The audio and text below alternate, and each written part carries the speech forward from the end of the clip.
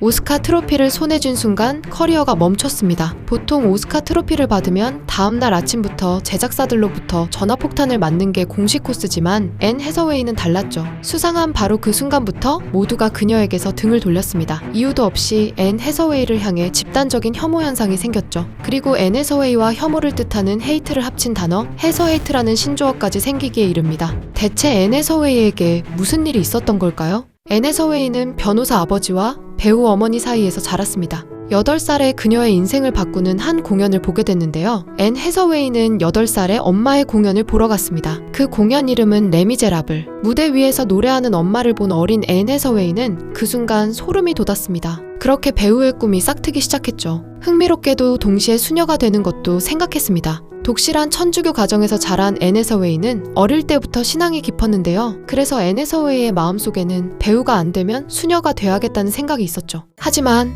15살의 수녀의 꿈은 완전히 사라졌습니다. 그 이유는 바로 오빠 마이클의 커밍아웃. 앤 해서웨이는 오빠의 성향과 반대되는 종교에 더 이상 속하고 싶지 않아 했죠. 그렇게 수녀의 꿈은 끝났고 오로지 배우의 길만 남았습니다. 학교 연극 무대에 꾸준히 섰고 연기 훈련도 성실히 이어나갔죠. 그리고 고등학교 마지막 해 인생을 바꾸는 연락을 받게 되는데 한 공연에서 앤 해서웨이를 유심히 본 드라마 관계자가 그녀에게 연락을 했습니다. 그 드라마는 바로 하이틴 드라마 겟 리얼. 비록 이 드라마는 한 시즌 만에 끝났지만 그 한 시즌으로 앤 해서웨이는 할리우드의 눈에 띄었죠. 그리고 2001년 대학교 1학년 첫 학기를 통째로 날리면서까지 한 영화를 택하는데 그 영화는 바로 평범한 여고생이 갑자기 한나라의 공주가 되는 이야기를 다룬 영화 프린세스 다이어리. 앤 해서웨이가 이 영화에 캐스팅될 수 있었던 이유는 다름 아닌 그녀의 실수 때문이었습니다. 프린세스 다이어리 오디션 당일 앤 해서웨이는 너무 긴장한 나머지 오디션 도중 의자에서 떨어졌는데요. 보통이라면 망한 오디션이지만 감독 게리 마샬의 반응은 달랐습니다. 앤 해서웨이가 덜렁거리고 실수를 연발하는 미아 역에 딱 어울린다고 생각해 그녀를 캐스팅했죠. 이뿐만 아니라 영화 속에서 경기장 계단을 오르다가 미끄러져 넘어지는 장면도 정말 리얼했는데요. 그 이유는 이 장면 역시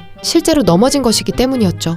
앤 해서웨이는 미아 그 자체였습니다. 영화가 흥행하면서 앤 해서웨이는 순식간에 스타가 됐죠. 그리고 2006년 앤 해서웨이의 인생을 완전히 바꾸는 영화를 만나는데 그 영화는 바로 악마는 프라다를 입는다. 지금은 이 영화 하면 앤 해서웨이가 바로 생각나지만 사실 그녀는 이 역할을 처음부터 제안받은 게 아니었는데요. 제작사에서 간절하게 원했던 배우는 어바웃 타임으로 유명한 레이첼 맥아담스였습니다. 하지만 그녀는 다른 장르에 집중하고 싶다며 캐스팅 제안을 무려 9번이나 거절했죠. 그 외에도 스칼렛 요한슨, 나탈리 포트만 등 당시 네로라 하는 청춘 스타들에게 먼저 제안이 갔습니다. 반면에 앤 해서웨이는 프린세스 다이어리의 대성공으로 어린이 영화에 나오는 배우라는 이미지가 너무 강했습니다. 스펙트럼을 넓히고 싶었던 그녀에게 악마는 프라다를 입는다는 놓칠 수 없는 동아줄이었죠. 그래서 그녀는 캐스팅 순위 9위였음에도 불구하고 적극적으로 어필했습니다. 배급사 부사장의 사무실에 있던 모래정원에 손가락으로 하열미라고 글씨를 남기고 온 귀여운 일화가 있죠. 여기에 영화 속 상대역인 메릴 스트립이 앤 해서웨이의 전작 브로크백 마운틴 속 연기를 보고 크게 감명을 받아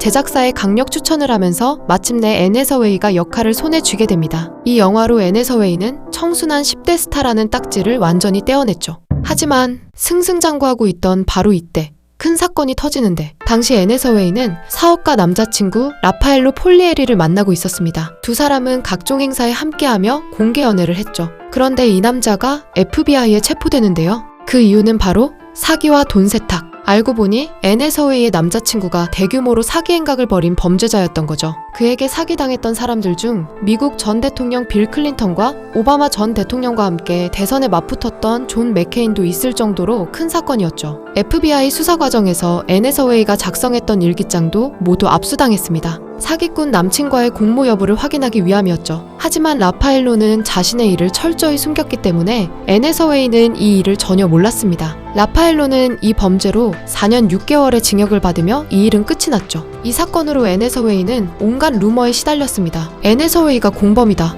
남친이 체포될 걸 알았는데 배신하고 도망쳤다. 둘이 스폰서 관계였다 등등.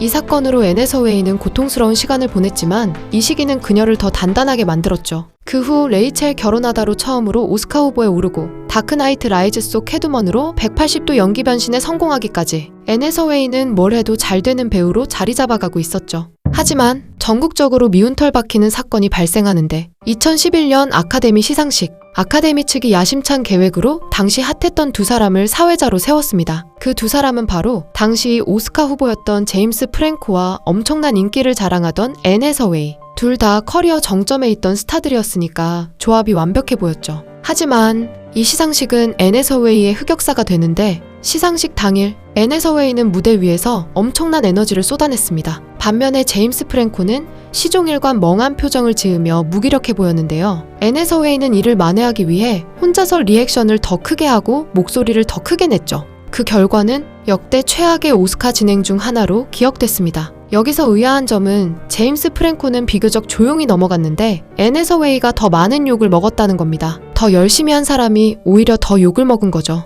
앤 해서웨이는 오버쟁이라는 시선이 그날 이후로 그녀에게 딱 붙어버렸습니다. 훗날 앤 해서웨이는 망했어요라며 이불킥을 하기도 했죠. 여기에 더해 그녀를 향한 비난은 끝이 아니었으니 2012년 앤 해서웨이는 레미제라블에서 판틴 역을 맡았습니다. 8살의 레미제라블 속 판틴 역을 맡은 엄마의 모습을 보고 배우의 꿈을 키웠기에 더 의미 있는 역할이었죠. 이 영화 속에서 짧은 머리를 한 채로 I Dreamed a Dream을 부르는 장면, 원테이크로 찍었는데요. 앤 해서웨이는 처음부터 끝까지 노래를 부르면서 울며 연기했습니다. 결과는 오스카 여우조연상. 누구도 부정할 수 없는 연기였죠. 그런데 수상 소감이 문제였습니다. 앤 해서웨이는 이 순간이 믿기지 않아요. 꿈만 같아요라며 감격스러워했죠. 하지만 대중은 그걸 보고 저 여자 또 오버 시작이네 라고 반응했습니다. 이런 반응들에 해서 헤이트라는 신조어까지 생길 정도였죠. 이 현상이 얼마나 심했냐면 세계에서 가장 영향력 있는 신문 중 하나인 뉴욕타임스가 우린 정말 앤 해서웨이를 혐오하는 건가? 라는 기사를 내기도 했습니다. 여기에 더해 각종 루머가 떠돌았는데요. 앤 해서웨이가 강아지를 유기했다, 식인종이다 등등.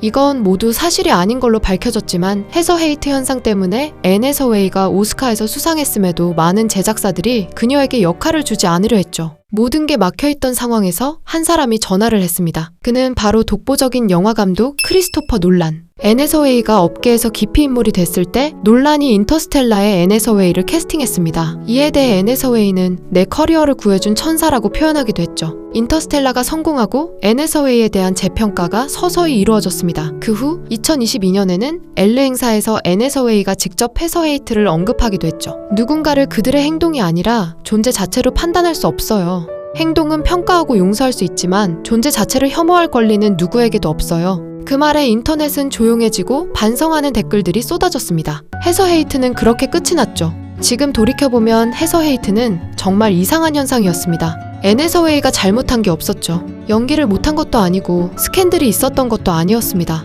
그저 너무 열심히 했고 너무 진지했다는 게 이유였죠. 거기에 근거도 없는 루머들이 붙기 시작하면서 혐오가 혐오를 낳았습니다. 여러분은 해서 헤이트 현상에 대해 어떻게 생각하시나요? 여러분의 생각을 댓글로 나눠주세요.